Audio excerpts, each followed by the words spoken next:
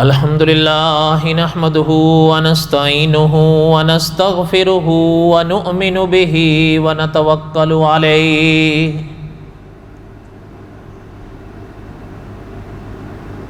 ونعوذ بالله من شرور أنفسنا ومن سيئات أعمالنا من يهده الله فلا مضل له ومن يضلله فلا هادي له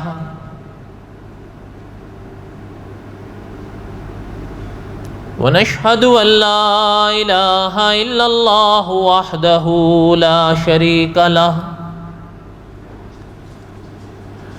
ونشهد أن سيدنا وسندنا ومولانا محمدا عبده ورسوله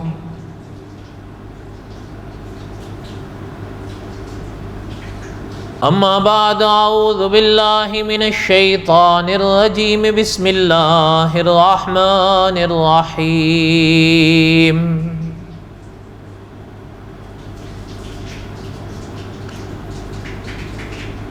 الف لام را تلك آیات الكتاب المبین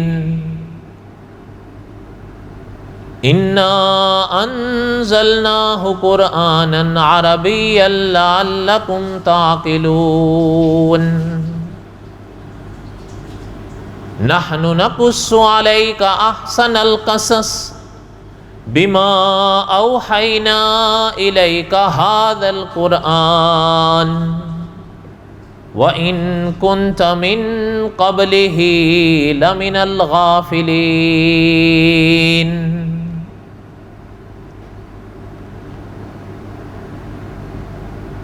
وقال الله تعالى في مقام آخر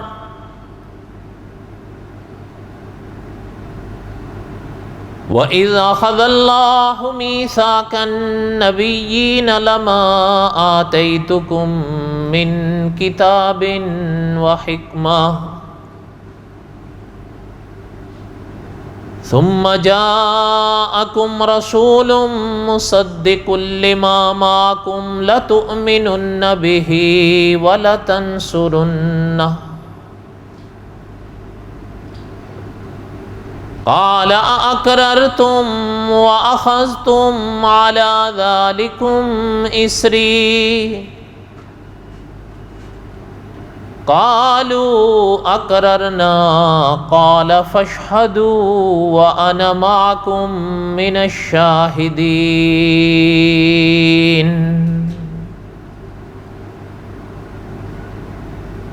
وقال النبي صلى الله عليه وسلم الناس بنو آدم وآدم خلق من تراب وقال النبي صلى الله عليه وسلم أنا آخر الأنبياء وأنتم آخر الأمم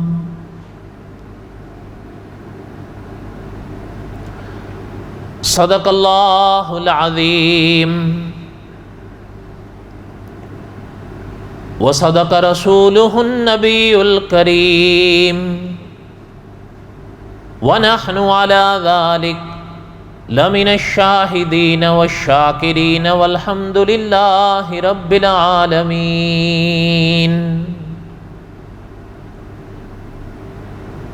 اللہم صل علی محمد وعلی آل محمد کما صلیت علی ابراہیم وعلی آل ابراہیم انک حمید مجید اللہم بارک علی محمد وعلی آل محمد كما باركت على إبراهيم وعلى آل إبراهيم إنك حميد مجيد یا ربی صلی وسلم دائما ابدا علی حبیبک خیر الخلق کلہم هو الحبیب الذی ترجا شفاعته لکل حول من الاحوال مقتحم۔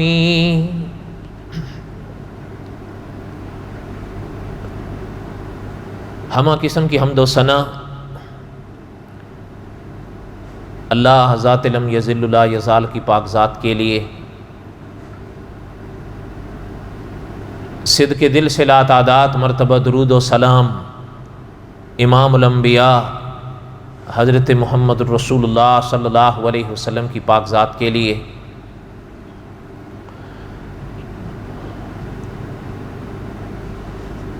جمعے کے بیانات میں قصص الانبیاء کا سبق دہرا رہا تھا۔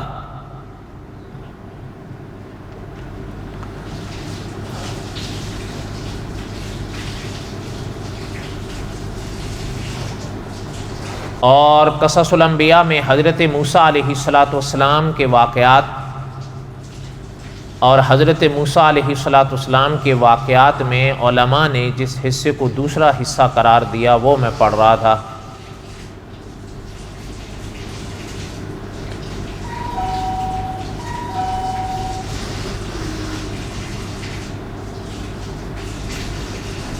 گزشتہ سے پیوستہ جمعے کو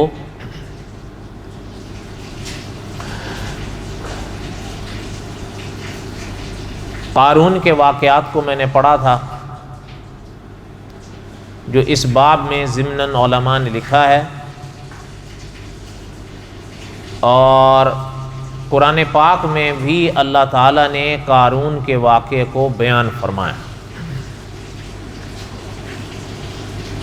وہ ہم اپنی بساط تک پڑھ چکے ہیں۔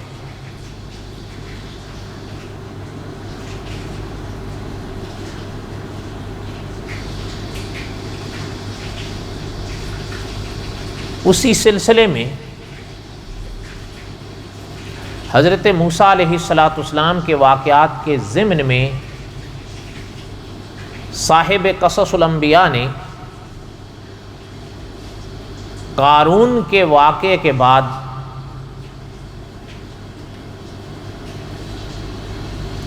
ایک اور شخص کا واقعہ بیان کیا ہے۔ اس شخص کا وہ واقعہ تو قرآن پاک میں ہی ہے،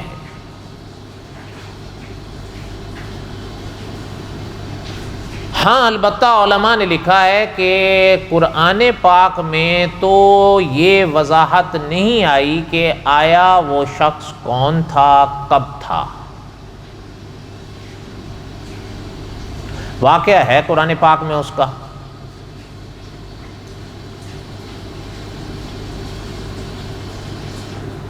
لیکن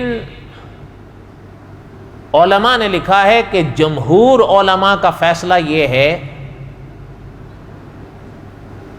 اصل میں اس واقعے کے موقع پر 3 لوگوں کا تذکرہ لکھا گیا ہے کہ اس سے مراد بعض نے ایک قرار دیا، بعض نے دوسرا، بعض نے تیسرا، لیکن علماء نے لکھا ہے کہ جمہور کا فیصلہ یہ تھا اور یہ ہے کہ وہ شخص جس کا واقعہ قرآن پاک نے اس موقع پر بیان فرمایا ہے وہ حضرت موسیٰ علیہ السلام کے زمانے میں ہوا تھا۔ جمہور کا فیصلہ یہ ہے، اور انہوں نے علماء نے یہ بھی لکھا ہے کہ ظاہر بات ہے کلام پاک کا تو یہ اسلوب نہیں،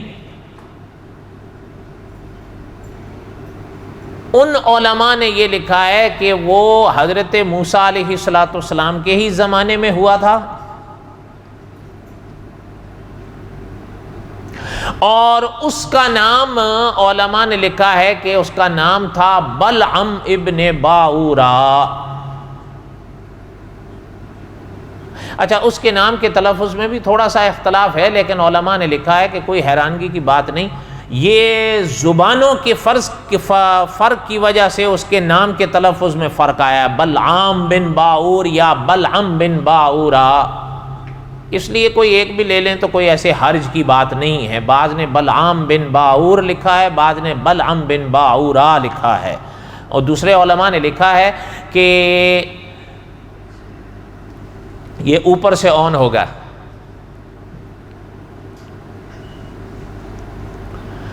اس لیے علماء نے لکھا ہے کہ زبان کے فرق کی وجہ سے اس کے نام کے تلفظ میں فرق آیا, اور کوئی ایسی بات نہیں ہے.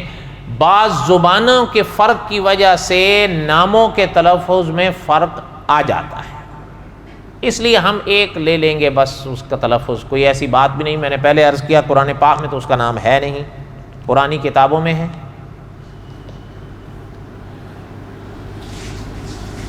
اس لیے ہم صاحب قصص الانبیاء نے بلعم بن باعورا لکھا, ہم اسی کو لے کے آگے چل لیں.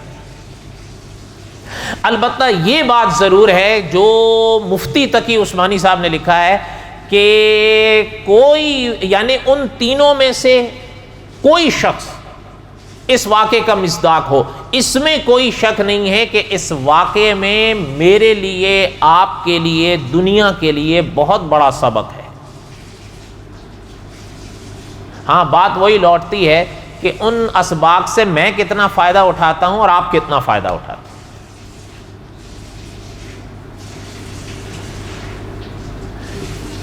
واقعے کو پہلے سنیں آپ. علماء نے لکھا ہے کہ حضرت موسیٰ علیہ السلام کا یہ دور چل رہا تھا. صاحب قصص الانبیاء نے اس کو قارون کے واقعے کے بعد لکھا ہے, اس لیے ہم اسی ترتیب کو لے کے آگے بڑھیں گے. انہوں نے لکھا ہے کہ حضرت موسیٰ علیہ السلام بنی اسرائیل کو لے کر ایک قوم کی طرف بڑھے. اب ہم ان باریکیوں میں نہیں جائیں گے کہ وہ قوم کون سی تھی, بس قوم کا ذکر ہے, بس اسی پر اکتفا کر دیں گے. بعض حضرات نے وضاحت بھی لکھی ہے لیکن میرے حال میں اس کی وضاحت کی یہاں ضرورت نہیں ہے. بس حضرت موسیٰ علیہ السلام اپنی قوم کو لے کے ایک قوم کی بستی کی طرف, ایک وادی کی طرف بڑھے. آگے جس وادی میں وہ قوم آباد تھی یا جس مقام پر وہ قوم آباد تھی, ان کو پتہ چلا, اور یہ تو یعنی مانی میں بات ہے نا کہ دنیا میں یعنی باقی تو باقی رہے, انبیاء علیہ السلام کا بھی جو پاک سلسلہ ہے ان ناموں میں بھی یعنی ان شخصیات میں بھی حضرت موسیٰ علیہ السلام کا نام پوری دنیا میں جگمگا رہا, اور آج بھی جگمگا رہا ہے, جبکہ ان کو اس دنیا سے پردہ فرمائے بھی صدیاں گزر گئیں. اور میں نے ابتدائیے میں پڑھا تھا کہ مناظر اسلام مولانا محمد امین اکاڑوی رحمۃ اللہ علیہ فرمایا کرتے تھے کہ حضرت موسیٰ علیہ السلام اللہ کے وہ نبی گزرے ہیں کہ جن کی نبوت اور رسالت پر یہودی بھی متفق ہیں, عیسائی بھی متفق ہیں, اور میں اور آپ ہم مسلمان بھی متفق ہیں.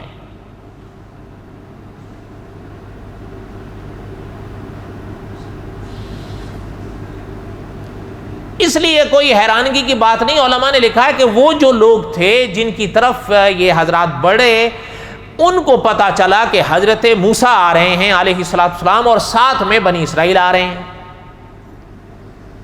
اور علماء نے یہ بھی لکھا ہے کہ ان لوگوں کو فرعون کے غرق ہونے کا واقعہ بھی پتا چل چکا تھا کہ فرعون کے ساتھ کیا گزری ہے. اب وہ پریشان ہو گئے کہ جب ہماری طرف آ رہے ہیں تو مطلب پھر ہماری تو خیر نہیں ہے. اب حضرت موسیٰ علیہ السلام بنی اسرائیل کو لے کے آگے بڑھ رہے تھے کہ ان لوگوں کے بیچ میں یہ شخص رہتا تھا جس کو بلعم بن باعورا کہتے تھے. اچھا, قرآن پاک کی روشنی میں علماء نے لکھا ہے کہ اپنا یہ بھی نہیں کہ خدا کا منکر ہو یا حضرت موسیٰ کو نہ جانتا ہو. حضرت موسیٰ کو بھی بہت اچھی طرح جانتا تھا, حضرت کی نبوت اور رسالت کو بھی بہت اچھی طرح جانتا تھا, اور اللہ تعالیٰ کی پاک ذات پاک شان کو بھی اچھی طرح جانتا تھا, صاحب علم تھا. اچھا, اس کے ساتھ ساتھ علماء نے لکھا ہے کہ مستجاب الدعوات بھی تھا, جو دعا اللہ تعالیٰ سے کرتا تھا اللہ تعالیٰ منظور فرماتے تھے.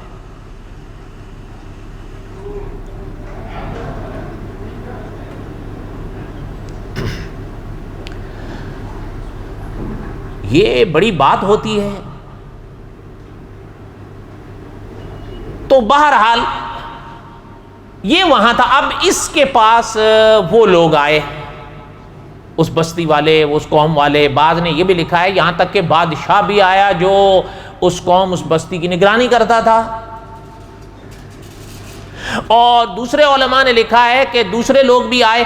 یہ انہوں نے آ کر بلعم بن باورا سے ملاقات کی اور اس سے کہا کہ دیکھو ہم نے ایک خبر سنی ہے کہ حضرت موسیٰ علیہ السلام بنی اسرائیل کو لے کر ہماری طرف بڑھ رہے ہیں، اور یقیناً آپ نے بھی سنا ہوگا. انہوں نے کہا پھر آپ لوگ کیا چاہتے ہو؟ انہوں نے کہا ہم یہ دیکھو، یہ فرعون کے ساتھ جو کچھ ہوا وہ آپ ہم سب جانتے ہیں.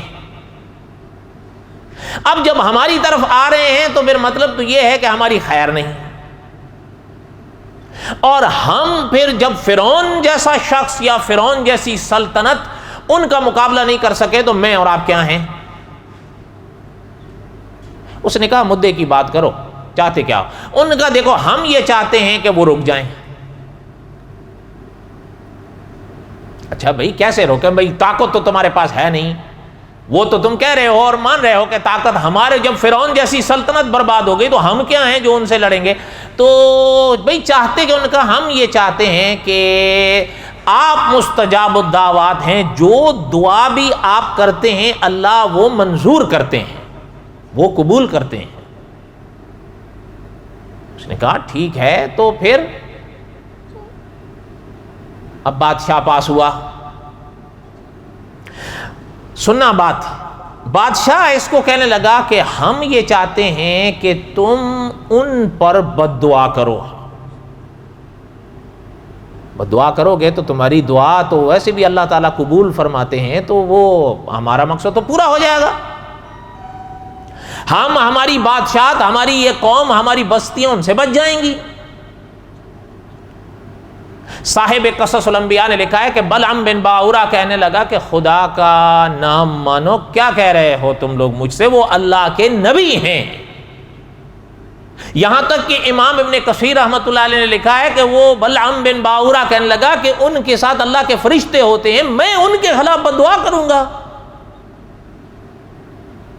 کہ دیکھو آپ کو کرنی پڑے گی. انہوں نے کہا کیوں؟ انہوں نے کہا وجہ یہ ہے آپ ہو تو ہمارے. بھئی ہماری قوم کے ہو، ہمارے ہاں رہتے رہے ہو، ہمارے ہاں پلے بڑے ہو، آج ہمیں تمہاری دعا کی یا بد دعا کی سب سے زیادہ ضرورت ہے. کرو اور ہمیں بچاؤ، ہم نہیں جانتے کچھ بھی. انہوں نے کہا بھئی میں نہیں کروں گا، تم جو بھی کہہ لو میں نہیں کروں.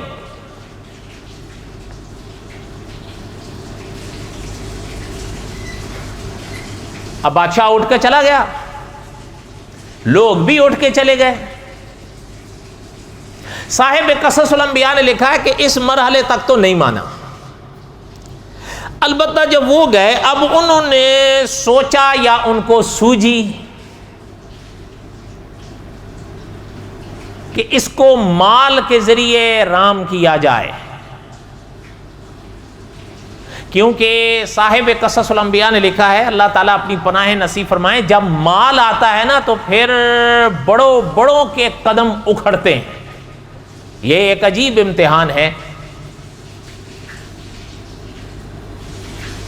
انہوں نے کیا کیا کہ یعنی کتابیں تو بڑی عجیب و غریب وضاحت کرتی ہیں، بس ان کا خلاصہ یہی نکلتا ہے کہ بڑی بھاری رقم دولت، اور یقیناً وہ دولت پھر کوئی اتنی تو نہیں ہوگی کہ اتنا بڑا شخص ہلا ہے، یقیناً وہ کوئی اتنی بڑی دولت ہوگی کہ ایسا شخص ہلا ہے. اور علماء تاریخ نے یہ بھی لکھا ہے کہ صرف دولت نہیں، دولت کے ساتھ ساتھ مخالف جنس بھی دی گئی، اور یہ دونوں چیزیں فتنہ بن کے کبھی کبھی سامنے آتی ہیں، پھر بڑوں بڑوں کے قدم اکھڑتے ہیں.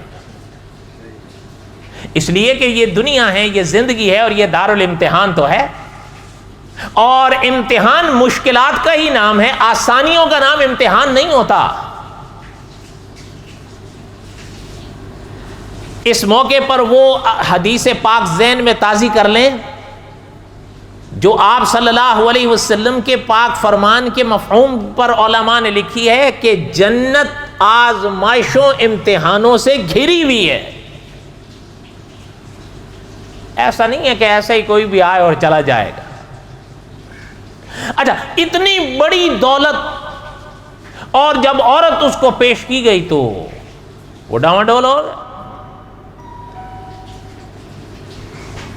یعنی اتنا بڑا شخص ہے کوئی، یعنی اس زمانے کی کتابیں بھی یہ بتاتی ہیں، اکابر نے لکھا ہے کہ یعنی ایک وقت یہ ہوتا تھا کہ یوں ہاتھ اٹھا کے اللہ سے فریاد کرنے کی اس کی دیر ہوتی تھی۔ اچھا، اور بعض علماء نے یہ بھی لکھا ہے کہ اس کی دعائیں قبول کیوں ہوتی تھیں۔ انہوں نے اور وجہوں کے ساتھ ایک وجہ یہ بھی لکھی ہے کہ اس کو اسم اعظم کا علم تھا، اسم اعظم کے ساتھ دعا مانگتا تھا، قبول ہو جاتی تھی۔ اور یہ تو آپ نے بھی سن رکھا ہے یا پڑھ رکھا ہوگا کہ آپ صلی اللہ علیہ وسلم کے پاک فرمان کا منع ہے اسم اعظم کے ساتھ دعا مانگی جائے یا دعائیں مانگی جائیں تو اللہ قبول فرماتے ہیں۔ یہ تو بڑی مشہور حدیث ہے۔ ہاں، یہ آگے بحث ہے کہ اس میں اعظم ہے کون سا، اس میں کوئی بحث نہیں ہے۔ قبولیت میں تو جب اللہ کے نبی صلی اللہ علیہ وسلم نے وضاحت فرما دی تو بات ختم ہو گئی۔ اس لیے کہ میرا اور آپ کا عقیدہ یہ ہے کہ آسمان کا دامن پھٹ سکتا ہے، لب مصطفیٰ کی جنبشیں غلط نہیں ہو سکتی صلی اللہ علیہ وسلم، لیکن وہ اس میں اعظم ہے کون سا؟ ہاں، اس میں الگ اقوال ہیں، بلکہ اپنا اللہ تعالی رحم فرمائے مولانا محمد عاشق الہی بلند شہری رحمت اللہ علیہ گزرے ہمارے ملک میں، حضرت نے ایک کتاب کے حاشیے میں لکھا ہے کہ اسم اعظم کے بارے میں علامہ سیوطی رحمت اللہ علیہ نے کم از کم 40 اقوال لکھے ہیں۔ کتنے؟ 40۔ ہاں، یہ آدمی پھر سوچتا ہے کہ بھئی جب اتنی بڑی مقبولیت ہے اس کے ساتھ تو پھر یہ اختلاف کیوں ہے؟ ہمیں بتا دیا جاتا، ہم ہر وقت مانگ لیا کرتے ہیں۔ صحیح بات ہے، یعنی خیال آتا ہے یا نہیں؟ صحیح بات ہے۔ خیر، اس کی وضاحت اللہ نے موقع دی، اللہ تعالیٰ نے موقع دیا تو کسی اپنے موقع پر آ جائے گی۔ ابھی میں اسم اعظم پہ بات نہیں کر رہا، صرف ضمن بات آئی، کہنے کا مقصد یہ تھا کہ علماء نے لکھا اس کو اسم اعظم یاد تھا، اسم اعظم پڑھ کر دعا مانگتا تھا، اس کی دعا قبول ہوتی تھی۔ لوگ آتے تھے اس کے پاس اس سے دعائیں کرانے کے لیے، لیکن رشوت، یہ اصل تو رشوت ہی تھی نا جو لا کر اس کو دی گئی ہے۔ علماء نے لکھا ہے یہ رشوت ہی تو تھی۔ ہاں، یہ بھی علماء نے لکھا ہے کہ بھائی رشوت دے رہے ہو، انہوں نے کہا جی یہ تو تحفہ ہے۔ کیا ہے؟ انہوں نے تحفہ کہہ دیا تھا، میرے اور آپ کے دیار میں مٹھائی کہہ دیتے ہیں، یہ بچوں کے لیے مٹھائی ہے، لیکن دراصل وہ کیا تھی؟ رشوت تھی۔ وہ رشوت کا اتنا بڑا انبار وہ ہل گیا، اتنا بڑا شخص۔ اللہ تعالیٰ ایسے امتحانوں سے بچائے۔ کاش میں اور آپ جو بھی ہیں اس مرحلے پر آقا صلی اللہ علیہ وسلم کا وہ فرمان ذہن میں تازہ کر لیا کریں تو ہم بڑے بڑے گناہوں سے بچیں گے۔ کہ جو اکابر نے فرمایا نا کہ آپ صلی اللہ علیہ وسلم کے پاک فرمان کا معنی ہے کہ جو جسم حرام سے پلے گا وہ جنت میں جا ہی نہیں سکتا۔ اور رشوت کیا ہے؟ بولو تو صحیح۔ لیکن یعنی کہنے کا مقصد کیا ہے؟ دیکھو، ایک شخص، اللہ تعالیٰ بچائیں، یہ نہیں کہ میں کہہ رہا ہوں باقی، کوئی حیرانگی بسا اوقات ہوتی ہے، کبھی نہیں ہوتی، کہ ایک شخص اللہ تعالیٰ معاف فرمائے داڑھی منڈا ہوا ہو، پینٹ شرٹ پہنی ہوئی ہو، وہ رشوت لے رہا ہو، تو کبھی کبھی ہمیں تعجب نہیں ہوتا، شاید ہم اس بیماری کے سننے یا چکھنے کے عادی ہو گئے ہیں۔ میں غلط کہہ رہا ہوں؟ بولو۔ اس لیے کبھی، حالانکہ بات تو بری ہے، کبھی حیرانگی نہیں ہوتی۔ دیکھیں، ہمارے اور آپ کے جو بڑے ہوتے تھے نا، وہ بسا اوقات کچھ ایسی چیزوں کو جو فی الحقیقت بری تھیں ان کو برا مانتے تھے، برا سمجھتے تھے، اب ان کی برائی کا ویسا احساس میرے اور آپ کے دلوں میں نہیں رہا۔ اس کی وجہ کیا ہے؟ علماء نے لکھا ہے کبھی کبھی کچھ چیزیں اتنی عام ہو جاتی ہیں کہ میری اور آپ کی آنکھیں بند ہو جاتی ہیں۔ لیکن یہ بلعام بن باورا جیسا شخص جب داڑھی رکھی ہوئی اور اتنا بڑا شخص مستجاب الدعوات، اور جانتا بھی ہے کہ حضرت موسیٰ اللہ کے کلیم ہیں، اور یہ بھی جیسے امام ابن کثیر رحمۃ اللہ نے لکھا کہ انہوں نے کہا تھا کہ ان کے ساتھ خدا کے فرشتے ہوتے ہیں، تو مجھ سے ان کے لیے بددعائیں مانگوانے آئے ہو۔ اس سے پتہ چلتا ہے کوئی جاہل تو نہیں تھا، اس کے باوجود رشوت پہ مر مٹا۔ وَاتْلُ عَلَيْهِمْ نَبَأَ الَّذِي آتَيْنَاهُ آيَاتِنَا فَانسَلَخَ مِنْهَا فَأَتْبَعَهُ الشَّيْطَانُ فَكَانَ مِنَ الْغَاوِينَ۔ توجہ ہے؟ اللہ نے فرمایا، آپ قرآن پاک سے اس واقعے کو سنیں، یہاں تک خلاصہ سمجھ میں آیا ہے، اب قرآن پاک سے اس واقعے کو سنیں۔ وَاتْلُ عَلَيْهِمْ نَبَأَ الَّذِي آتَيْنَاهُ آيَاتِنَا، اللہ نے فرمایا میرے نبی ان کو اس شخص کا واقعہ سنائیے جسے ہم نے اپنی آیتوں سے نوازا تھا۔ فَانْسَلَخَ مِنْهَا، فَانْسَلَخ علماء نے لکھا ہے یہ کس کو کہتے ہیں فنسلخ؟ یہ جو اپنا بکری ہوتی ہے نا، مثلا بکری کی کھال کو نکال دو، یہ فنسلخہ ہے۔ فَانْسَلَخَ مِنْهَا، وہ ایسے نکل گیا جس طرح بکری کی کھال بکری سے نکل جاتی ہے۔ اچھا، پہلے دین اسلام دین پر تھا، شیطان سے بچا ہوا تھا، اب جیسے ہی یہ لچھن اپنائے فَأَتْبَعَهُ الشَّيْطَانُ، شیطان پیچھے لگ گیا۔ پہلے تو رکاوٹ تھی نا دین کی وجہ سے، اچھا جیسے ہی وہ نکلا اور ان چیزوں کو چھوڑا، شیطان پیچھے پڑ گیا۔ فَكَانَ مِنَ الْغَاوِينَ، گمراہ کر کے چھوڑا اس کو۔ اچھا ہوا کیا کہ تیار ہو گیا حضرت موسیٰ علیہ السلام کے خلاف بد دعا کرنے کے لیے نکلا۔ علماء نے لکھا ہے کہ ایک پہاڑی کی چوٹی پہ جا نکلا، کوئی طریقہ ہوگا اس کا، واللہ عالم، تاریخ کی کتابیں تو یہی بتاتی ہیں، قرآن پاک تو یہ بیانات نہیں کرتا، قرآن کا تو یہ اسلوب ہی نہیں ہے۔ اچھا وہاں گیا اور بد دعا کرنے لگ پڑا، یعنی سونے اور چاندی کے سکوں نے اس کی آنکھوں کو ایسا یعنی بھر دیا کہ وہ حضرت موسیٰ کے خلاف بد دعا کر رہا ہے، اور وہ بھی اللہ کی پاک بارگاہ میں، جبکہ خود مانتا اور جانتا ہے کہ حضرت موسیٰ علیہ السلام کلیم اور رسول اللہ کے ہیں۔ یہ بدبختی کی انتہا ہے، اور اس سے بڑی کیا بدبختی ہوگی۔ فَأَتْبَعَهُ الشَّيْطَانُ، شیطان اس طرح پیچھے لگا اس کے، فَكَانَ مِنَ الْغَاوِينَ، اس کو گمراہ کر کے چھوڑا۔ اس سے بڑی کیا گمراہی ہوگی کہ ماننے جاننے کے باوجود حضرت موسیٰ جیسی شخصیت کے خلاف بد دعائیں کر رہا ہے۔ ہاں لیکن علماء نے لکھا ہے آگے بھی تو اللہ کی پاک بارگاہ ہے نا، اللہ کے ہاں بد دعائیں کر رہا تھا نا۔ علماء نے لکھا ہے کہ اللہ کو اس کی حرکت اتنی ناپسند آئی، لیکن اللہ کی شان دیکھیں، علماء تفسیر لکھتے ہیں کہ وہ بد دعا کر رہا ہو حضرت موسیٰ کے لیے، اور حضرت موسیٰ کے حق میں دعائیں نکل رہی ہیں اس کی زبان سے، اور اپنی قوم کے لیے دعا کرنے کا ارادہ کیا کہ ذرا یاد، اچھا اپنی قوم کے لیے بد دعائیں نکلنی شروع ہو گئیں۔ ان کو غصہ چڑھ گیا کہ ہم تجھے رشوت دے کے اس لیے لائے، تو ہمیں بد دعائیں دے رہا ہے۔ علماء نے لکھا ہے کہنے لگا میں کیا کروں، میں ان کو بد دعائیں دے رہا ہوں، تمہیں دعائیں دے رہا ہوں، ان کو دعائیں نکل رہی ہیں، تمہیں بد دعائیں نکل رہی ہیں، میری زبان ہی میرے قابو میں نہیں ہے۔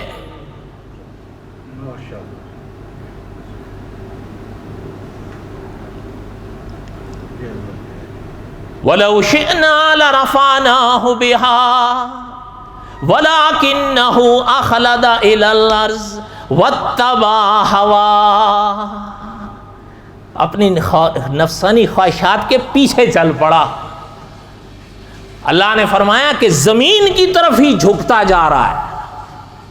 اس کو اٹھنا تھا نا, آیتوں سے نوازا گیا تھا, اٹھنا تھا, وہ زمین کی طرف ہی دھنستا جا رہا ہے, اترتا جا رہا ہے زمین کے نیچے کی طرف. اور اللہ نے فرمایا کہ وَاتَّبَعَ هَوَا, اپنے نفس کی خواہش کے پیچھے چل پڑا. فَمَثَلُهُ كَمَثَلِ الْكَلْبِ, اللہ نے فرمایا اس کی مثال ایسی ہے جیسے کتا. کلب چھوٹے کاف کے ساتھ, قلب بڑی کاف کے ساتھ دل ہوتا ہے, چھوٹی کاف کے ساتھ کتے کو کہتے ہیں.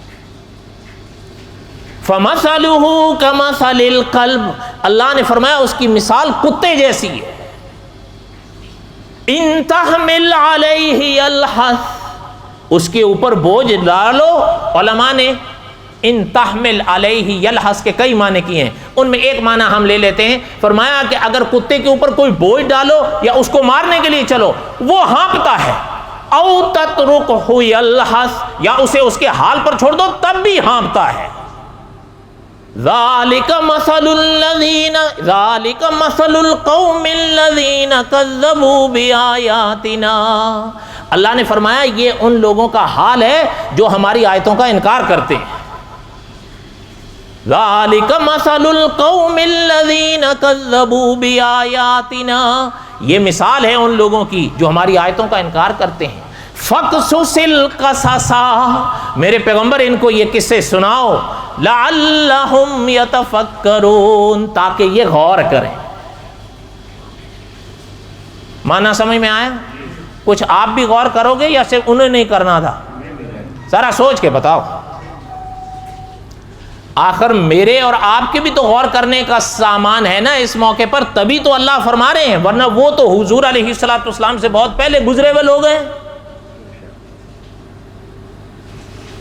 فقصص القصص, میرے پیغمبر یہ قصے سنائیں ان کو. لعلہم یتفکرون, تاکہ یہ سوچیں, غور کریں. اچھا غور صرف انہوں نے کرنی تھی یا میں نے اور آپ نے بھی کرنی ہے؟ اچھا یعنی علماء نے عجیب یہ لکھا ہے کہ ایک تو یہ کہ آیا اس کو جو کتے سے مثال دیا نا بلعم بن باعورہ کو, یعنی اتنا بڑا شخص تھا یہ اپنے وقت پر, اس کے بعد انجام دیکھیں اس کا. اس لیے علماء نے لکھا ہے کہ میرے اور آپ کے لیے بڑے بڑے سبق لکھے ہیں علماء نے اس باب میں. کئی اسباق میں ایک سبق یہ ہے کہ اگر اللہ تعالی مجھے اور آپ کو سجدے کی توفیق دے دیں تو اس سجدے پر نہ میں گھمنڈ کروں نہ آپ گھمنڈ کریں, اللہ کا شکر ادا کریں. ایک بات. دوسری بات علماء نے لکھی ہے, بڑی اس باب میں بڑے اسباق لکھے ہیں, میں آپ کو کیا کیا سنا سکتا ہوں. جنہوں نے پڑھا ہے وہ جانتے ہیں اتنے اسباق ہیں اس باب میں کہ انسان دنگ رہ جاتا ہے پڑھ کے. آخر اللہ تعالیٰ نے ویسے تو نہیں فرمایا فقصص القصص لعلہم یتفکرون. پتہ ہے علماء نے لکھا ہے اللہ نہ کرے, اللہ تعالیٰ ہر ایک کی حفاظت فرمائے. اگر کوئی گنہگار, ایک شخص عبادت کر کے نکلتا ہے, دھیان دینا میری طرف, ایک شخص عبادت کر کے نکلتا ہے, ایک شخص گناہ کر کے نکلتا ہے, ظاہر بات ہے دونوں کا چہرہ تو فرق ظاہر کر دیتا ہے. ایک شخص, اگر میں مثالی بات کرتا ہوں, ایک شخص اگر رات کو تہجد کی 2 رکعتیں پڑھ کر سو جائے اور اللہ نہ کرے دوسرا شخص کوئی گناہ کر کے سو جائے, سویرے دونوں کا چہرہ ایک جیسے ہوتا ہے؟ بولو, سوال ہی نہیں پیدا ہوتا. لیکن ایک چیز علماء نے لکھی ہے نصیحتاً عابد کو کہ تیری عبادت کی توفیق جو اللہ نے تجھے دی ہے, اللہ سے قبولیت کی دعا مانگ. اگر سامنے کوئی گنہگار آ جائے, اس گناہ سے بھلے تو نفرت کر جو اس نے اپنایا, اس گنہگار سے نفرت نہیں کرنا, اس کو گری ہوئی نگاہ سے نہیں دیکھنا, کیا پتا کل تو اس کی جگہ نہ چلا جائے. صحیح کہہ رہا ہوں غلط کہہ رہا ہوں؟ حتیٰ کہ علماء نے اس باب میں عجیب بات لکھی ہے, ایسے عابد کو نصیحت کے, گناہ کی حوصلہ افزائی نہیں ہے, گناہ کی حوصلہ افزائی کون کر سکتا ہے؟ عابد کی حفاظت مقصود ہے تاکہ گھمنڈ پیدا نہ ہو, اس لیے کہ گھمنڈ بڑے بڑوں کو لے جاتا ہے. یہ نہیں دیکھ رہے ہو کیا حال ہوا اس کا؟ ہاں علماء نے لکھا ہے عابد کی نصیحت کے لیے کہ اے زاہد کسی رند کو نگاہ کم سے نہ دیکھ, شاید اس کریم کو تو پسند کہ وہ پسند. سبحان اللہ. تو کہہ یا سمجھ نہیں آیا آپ کو؟ زاہد اور رند نہیں سمجھتے میرے حال میں آپ؟ ہاں زاہد اس کو کہتے ہیں جو عبادت کرتا ہے، رند اس کو کہتے ہیں جو تھوڑی سی گنہگار جس کو کہتے ہیں، ہے معنی وہی ہے جو انہوں نے کیا ہے، لیکن یہاں پر مفہوم گنہگار کا ہے نا، اس لیے کہ اللہ معاف فرمائے کوئی اگر اللہ نہ کرے کوئی پیتا ہے تو گنہگار ہی ہے نا، بولو تو صحیح ہے یا نہیں؟ اس لیے علماء نے لکھا ہے کہ زاہد کسی رند کو نگاہ کم سے نہ دیکھ، کہ او عبادت گزار عابد کسی گنہگار کو کم نگاہ سے نہ دیکھنا، شاید اس کریم کو تو پسند کہ وہ پسند۔ بلم بن باورا کا حال دیکھ، مستجاب الدعوات شخص، یعنی علماء نے لکھا یوں کرنے کی اس کی دیر تھی، اس کا کیا حال ہوا؟ اسم اعظم وہ جانتا تھا جس کے صدقے اس کی دعائیں قبول اللہ تعالیٰ فرماتے تھے، لیکن انجام کیا ہوا؟ اعتبار تو انجام کا ہوتا ہے۔ اچھا، علماء نے یہ بھی لکھا ہے، اللہ تعالیٰ محفوظ فرمائیں، مولانا ابوالکلام آزاد رحمۃ اللہ علیہ فوت ہو گئے، اللہ تعالیٰ یعنی مدتیں ہو گئیں، دعا کریں کہ اللہ تعالیٰ ان کی قبر پہ کروڑوں رحمتیں نازل فرمائیں۔ آج کئی لوگوں سے سنائی دیتا ہے، کہیں ان کا بیان آتا ہے، کہیں ان کی مدتیں ہو گئیں، زمانے ہو گئے۔ 2 بار میں نے ان کی قبر پر جانے کی کوشش کی، دونوں بار رکاوٹ آ جاتی تھی، بس اتنا فاصلہ رہ جاتا تھا یہاں سے لے کر آپ یہ جگہ سمجھ لیں۔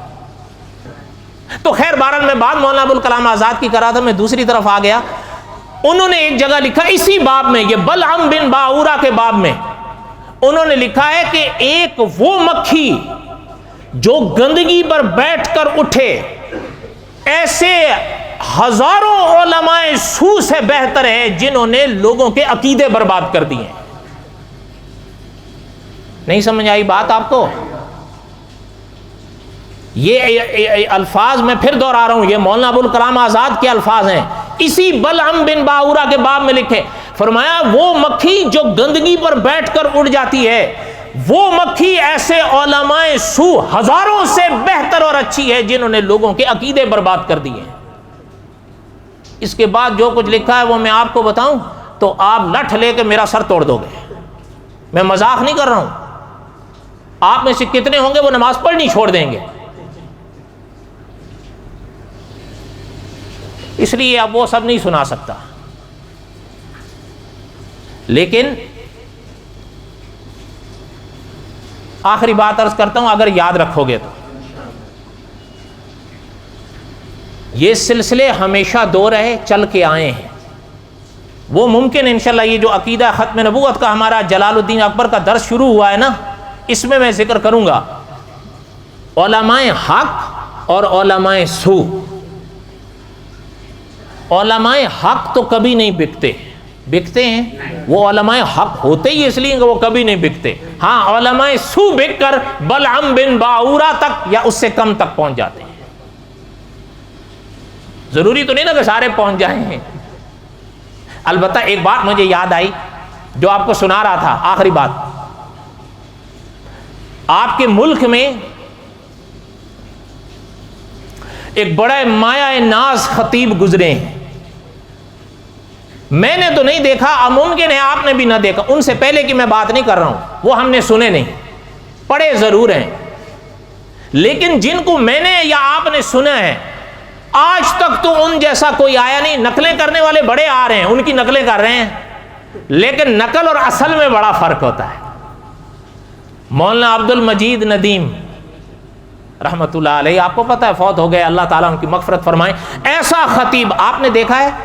بولو، آپ میں سے کئی حضرات نے ان کو سنا ہوگا۔ ہاں دیکھیں، ایک ہے نیٹ پر سننا یا کیسٹ کے ذریعے سننا، اور ایک ہے تھا آمنے سامنے سننا۔ بہترین قرآن پاک پڑھتے تھے، وہ سب آپ جانتے ہیں۔ ان کی بات جو سنا رہا تھا، وہ ایک بات کہتے تھے، مجھے ان کی بات یاد آئی، یہ دل کی لو پر لکھ کے چلے جاؤ۔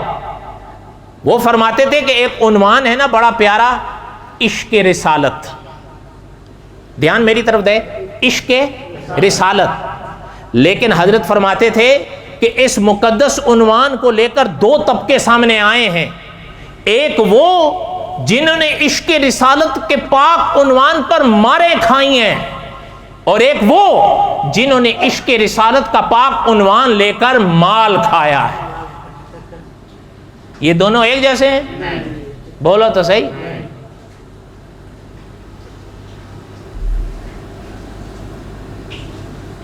مجھے اس میں ایک واقعہ یاد آیا مولانا حق نواز جھنگوی رحمۃ اللہ علیہ کا۔ وہ ایک ایسا واقعہ تھا کہ اس میں مناظر اسلام مولانا محمد امین اکاڑوی رحمۃ اللہ علیہ اور مولانا حق نواز جھنگوی اکٹھے ہوئے تھے۔ اب نہیں، اب وقت نہیں ہے، پھر کبھی اللہ نے موقع دیا تو نہیں انشاءاللہ اب نہیں، اللہ تعالیٰ نے موقع دیا تو پھر صحیح۔ میری باتیں تو ختم ہوتی نہیں، پھر آپ دیر ہو جائے گی۔ وما علینا الا البلاغ المبین، سنتیں پڑھ۔